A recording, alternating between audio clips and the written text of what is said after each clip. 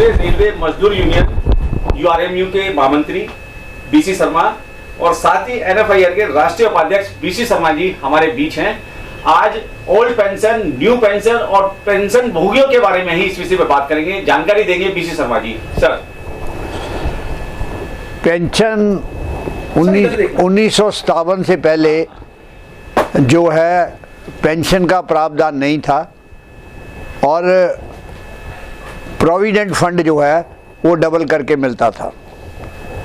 उसके बाद ये आया कि पेंशन ऑप्ट करेंगे, पेंशन कर्मचारी ऑप्ट करते थे, लेकिन कुछ पीरियड के बाद आया कि जिसने नहीं लेनी वो ही छोड़ेगा, नहीं तो पेंशन कंपल्सरी थी। पेंशन कोई ये किसी की दी हुई खैरात नहीं है। पेंशन कर्मचारी युवावस्था में गवर्नमेंट के अदारे में आता है, चाहे वो रेलवे में आए चाहे स्टेट में आए, तो बुढ़ापा लेके जाता है। बुढ़ापे का एक सहारा है, मान सम्मान से अपने बच्चों के सामने जीने का एक साधन जो है उस समय गवर्नमेंट थी, उसने इसको सोचा और ट्रेड यूनियन एक्ट में ये इसका प्रावधान किया। उसके अनुसार जो है पेंशन मिलती थी। और पहले जो पेंशन थी, चाहे वो गस्टेड है या नॉन गस्टेड है या किसी भी क्लास में काम करता था, कि पहले लास्ट 10 महीने की एवरेज निकाल के उसकी पेंशन कैलकुलेट की जाती थी। 10 महीने की एवरेज निकालते उस पे पेंशन कैलकुलेट की जाती थी। लेकिन कुछ साल पहले ये हुआ कि लास्ट पे ड्रान जो होगी उसका 50% जो है कर्मचारी को पेंशन मिलेगी। वो पेंशन मिलती आ रही थी जनवरी 2004 में,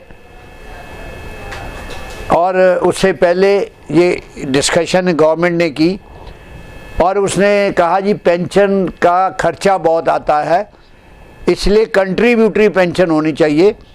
10% प्रोविडेंट फंड से पैसा काट के वो मार्केट में लगाएंगे, उस मार्केट के शेयरों में जो लगाकर जो प्रॉफिट आएगा उसके ऊपर पेंशन देंगे। तो लिबरलाइज पेंशन और न्यू पेंशन, नो पेंशन में मैं तो कहूँगा कि जो नया सिस्टम आया चरबी से, उसमें पेंशन का कोई पीपीओ इशू नहीं होता, इसलिए वो पेंशन नहीं है। ये गवर्नमेंट का नाम जो है, गवर्नमेंट गलत इसको नाम यूज़ कर रही है। ये नो पेंशन स्कीम है, ये एक एक्स ग्रेशिया है। तो इसलिए जो पुरानी पेंशन थी, जो पुराने आदमी हैं, बकायदा चाहे वो रेलवे हो चाहे स्टेट हो, उनका एक पीपीओ पेंशन पे ऑर्डर इशू होता था। इनका कोई पेंशन पीपीओ इशू नहीं होता। इवन पुराने आदमी जो थे उनका अगर उनकी डेथ हो जाती थी, उस पीपीओ में फैमिली पेंशन का मेंशन होता था कि उसको इतने साल तक 30% मिलेगी, वे कम होगी। फैमिली को पेंशन का प्रावधान भी था।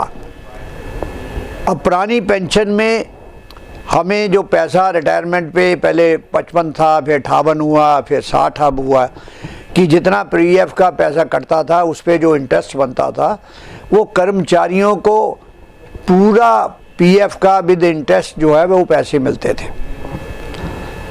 अब नई पेंशन स्कीम में कर्मचारियों को जो प्रोविडेंट फंड है वो 60% जो है उसका रिटर्न होता है और 40% गवर्नमेंट रख लेती है कि हम इसी के ऊपर आपको पेंशन देंगे। और इसके साथ साथ फैमिली पेंशन का कोई प्रावधान नहीं है। न्यू पेंशन में फैमिली पेंशन का कोई प्रावधान नहीं है। नंबर 3, पुरानी पेंशन में एम्प्लॉई जब नौकरी कर लेता था, 33 साल क्वालिफाइंग सर्विस थी, जो आज 20 साल है, तो 16.5 महीने की उसका वेतन मिलता था ग्रेचुटी के रूप में। अगर एम्प्लॉई पहले डेथ हो जाती थी तो उसको फैमिली को मिलती थी जी। तो ये नई पेंशन स्कीम में ग्रेचुटी का कोई प्रावधान नहीं है, फैमिली पेंशन का कोई प्रावधान नहीं है। इवन पुरानी पेंशन में अगर विडो भी एक्सपायर हो जाती थी, उसकी अगर अनमैरिड डाइवोर्स डॉटर होती थी और बच्चे होते थे जो अभी जॉब नहीं करते, उनको भी पेंशन का प्रावधान था।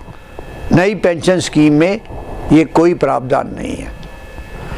और इसके साथ साथ पुरानी पेंशन में मिनिमम पेंशन की गारंटी है। अगर पेंशनर की डेथ हो जाती है तो विडो को मिनिमम 9,000 रुपया पेंशन मिलेगी। पहले 1200 होती थी, उसके बाद ये बढ़ी। और नई पेंशन स्कीम में जो कोई प्रावधान नहीं है, मिनिमम पेंशन की कोई गारंटी नहीं है। तो इतने जो है फलाह होने के बाद गवर्नमेंट ये कहती है कि नई पेंशन स्कीम बढ़िया है, जबकि हिमाचल में जब अभी हुई तो हिमाचल गवर्नमेंट ने जब पेंशन रिस्टोर की, उन्होंने कैलकुलेट करके बताया कि नई पेंशन स्कीम में गवर्नमेंट को ज़्यादा पैसे देने पड़ते हैं, पुरानी में कम। तो स्कीम जो पुराने वाली है वो अच्छी है और एक बुढ़ापे का सहारा है। नई पेंशन स्कीम में जो नई जनरेशन आई है उसको ओल्ड एज में आके ज़्यादा से ज़्यादा 9,000-1,500 से ज़्यादा पेंशन नहीं है, जिसमें एक मियाँ बीबी अपना गुजारा नहीं कर सकते। इसलिए पुरानी पेंशन स्कीम को लागू होना बहुत ज़रूरी है। जब दूसरी तरफ मेंबर पार्लियामेंट, एमएलए, इनका फिक्स रेट है पेंशन का, इनके लिए कोई पुरानी पेंशन नहीं, नई पेंशन नहीं है, इनके लिए कोई कंट्रीब्यूशन नहीं है और इनको जो है मिनिमम पेंशन मिलनी है। चाहे एक दिन एमएलए रह जाए, 5 दिन एमएलए रह जाए, इनको पेंशन जो वो मिलेगी। तो इसलिए ये जो स्कीम इन्होंने बनाई है, या नेशनल फेडरेशन ऑफ इसके लिए लड़ रही है, इसीलिए लड़ रही है कि आप या तो पुरानी पेंशन स्कीम की नई पेंशन स्कीम में family pension, gratuity, minimum pension का प्रावधान करिए और ओल्ड पेंशन स्कीम लागू, ग्रेच्युटी दीजिए, और नहीं तो ओल्ड पेंशन स्कीम इसको लागू करिए। सर, अगर हम रेलवे की बात करें, अगर रेलवे के अंदर अगर कोई चपरासी है तो ओल्ड पेंशन के अनुसार उसे कितनी पेंशन मिलेगी, और अब जो एनपीएस जो नई पेंशन है तो उस चपरासी को कितनी पेंशन मिलेगी? देखिए, अभी जो चपरासी है, अगर वो मिनिमम जो तनख्वाह है 18,000 लेता है, 18,000 पे रिटायर होता है, तो मिनिमम उसको 9,000 रुपया पेंशन मिलेगी, प्लस डीए पाके उसका जो 50% आएगा लास्ट पे ड्रान का, उसको मतलब 9,000-9,500 रुपया आएगी। नई पेंशन स्कीम में ये वो जो मार्केट में पैसे लगाया, नो पेंशन स्कीम कहिए, उसके अंदर जो मार्केट से प्रॉफिट आया उसके ऊपर कोई परसेंटेज नहीं है।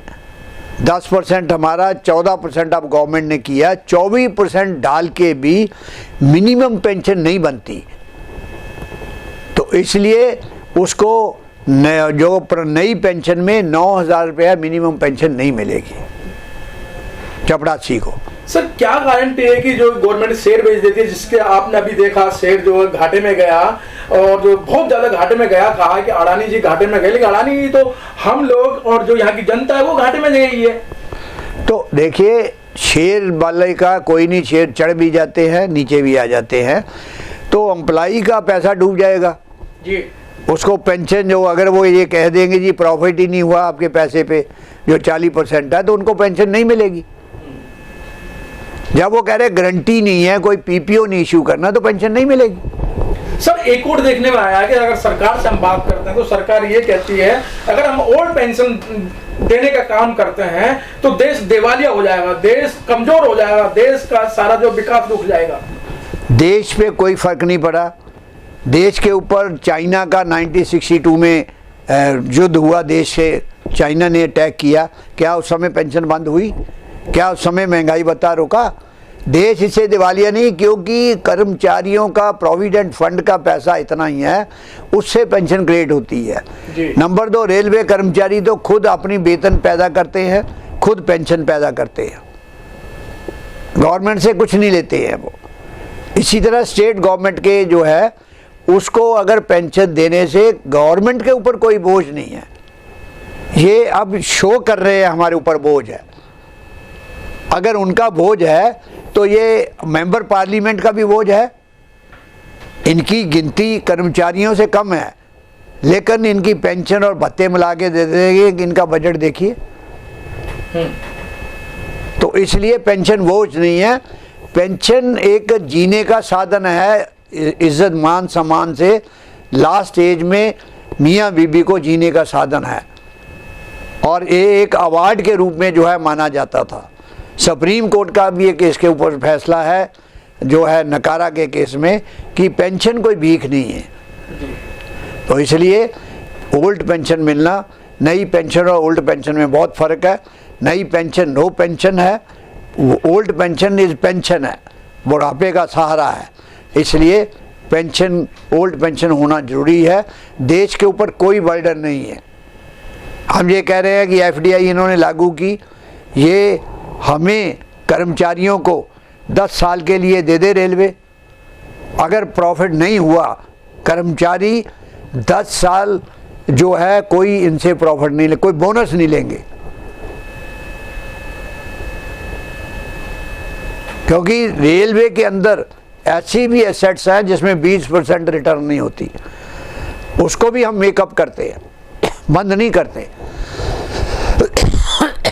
तो इसलिए गवर्नमेंट का जो तरीका है, पॉलिसी है, ब्यूरोक्रेट्स के ऊपर है, और या ये हमारे सरमाएदारों है उनको और सरमाएदार बनाने की बात है। कर्मचारी और देश के नागरिकों की बात नहीं सोचते। वो कह रहा है कि जो मैं करता हूँ वो सही करता हूँ, ये बिल्कुल गलत है।